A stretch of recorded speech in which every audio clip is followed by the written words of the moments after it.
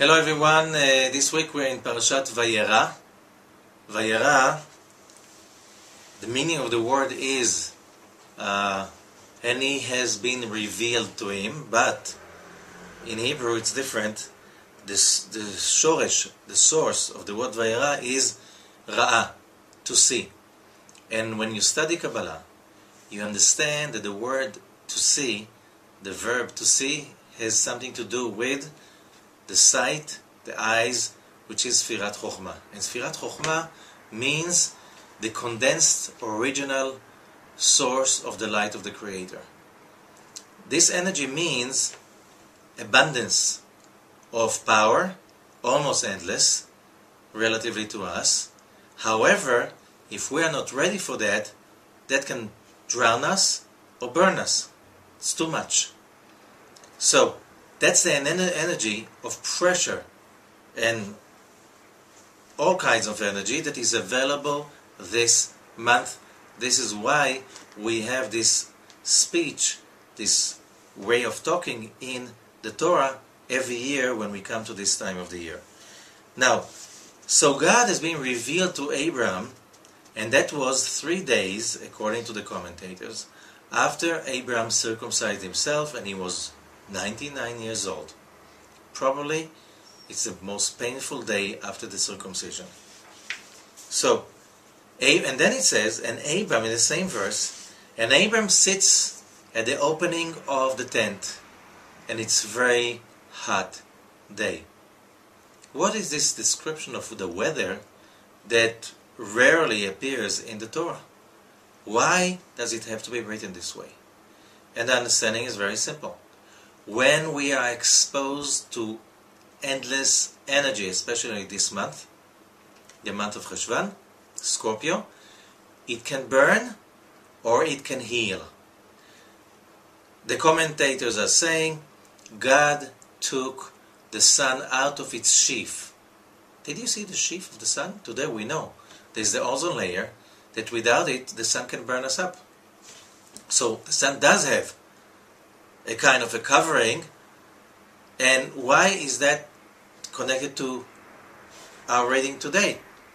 And our reading today is to show that during this time the abundance of light, of power that is available in the universe is so strong that it can burn whoever is not protected. So how do we protect ourselves? And we see that in the next few verses. In addition to last week's study, this is the secret of success. When you have a lot of energy, it can burn you up, or you can harness it for success. When you have a big wave, it can drown you, or you can ride on it and surf and enjoy. When you have a strong wind, it can turn your ship onto the side and drown it, or it can push you to your destination. So, and it says that Abram was, because it was very hot, nobody was out around, and Abram was very upset that there's nobody to share with. Why? The legend says that God made it so hot so nobody goes around, so Abram can sit and rest. Abram didn't agree with that. Yes, it was the 3rd day after the circumcision. It was the most painful day. Anyway, he knew that the only way to heal himself and protect himself from the awesome power in the universe is to share, to create that energy.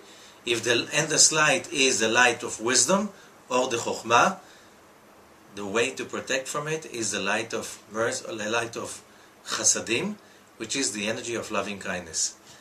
Abram has nobody to share with, so he's upset. So God is sending 3 angels.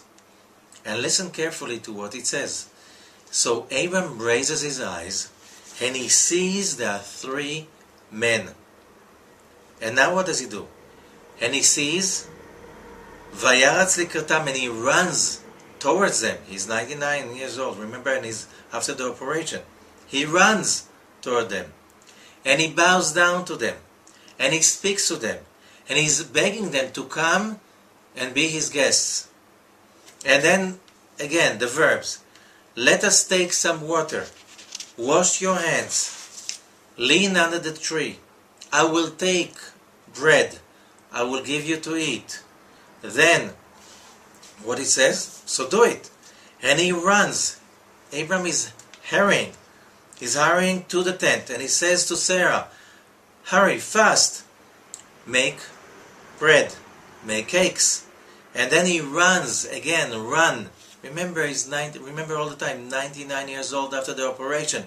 He is running to slaughter a calf from the cattle, and he takes one, and he gives it to be prepared, and he runs fast to do it. And he takes, meanwhile, butter and milk, and he gives them, and so on and so on and so on. You see the way the story goes on. Everything is fast. Everything is with excitement. You want to be successful. When pressure comes to your life, which means the light of God is shining at you, and the sun is out of its sheath, you're not protected. How do you create protection? Run. Actions. More and more actions. More actions of doing, creating, and especially sharing and caring for others. You do that, you create angels of success. How? One angel is healing Abraham from the surgery, from the circumcision. The second angel is healing Sarah. Remember, she's 89 years old, she can't have a child since she was born.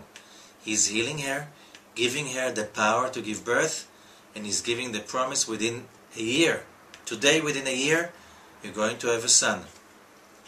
The third angel goes to destroy Sodom and Gomorrah. When that energy is shining, especially this month, with awesome power, either it heals you, gives you success, when you create the vessel for it, which is the sharing and the caring. You think that you care, you think that you share, you think that you give away. No! You create success for yourself, because you create a vessel that can hold all this awesome power and harness it to move your life forward. The people of Sodom and Gomorrah, they were selfish. It was not allowed in Sodom and Gomorrah to share and to give. They were the ones who were burned first. And Sodom and Gomorrah was burnt. That's exactly what happens to people today, our days. Whoever is busy focusing on himself, just on himself. How can I take more and more and more from other people? They get burned. So either they're depressed, they feel like they want to suicide, no matter how much money, how much success, so-called success they have.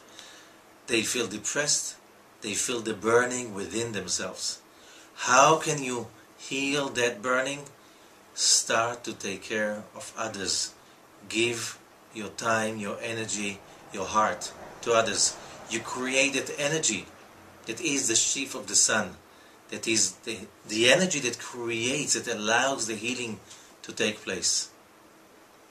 And more than that, Abraham, when he's running after the calf to slaughter it, he's running away. Remember, it's a very hot day. Abraham could say, I did my best. Why do I have to run after him? God, help me about it. No help.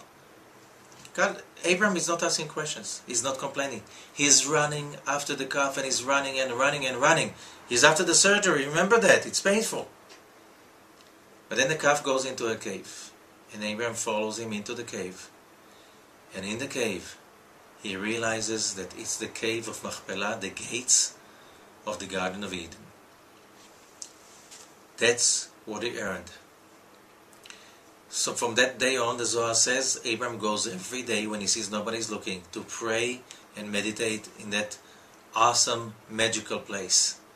And later on, when Sarah passes on, he buys the place as the cave of Machpelah, which is one of the most powerful, important shrines on earth.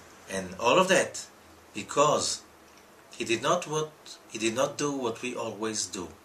When we are painful, when we are hurt, when we are not comfortable, we go to our bed and we sit there and rest and take care of ourselves.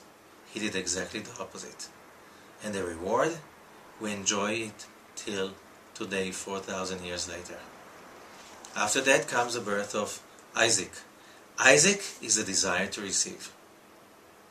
When you create that energy of sharing and it's becoming a dominant part of your nature, then you can have Isaac. You can give birth to the biggest desires, to grow, to receive, to achieve, because everything is harnessed by the sharing and the caring and the loving and the kindness. And that's the binding of Isaac in this parasha. All of these secrets are the secret of the real success, true success.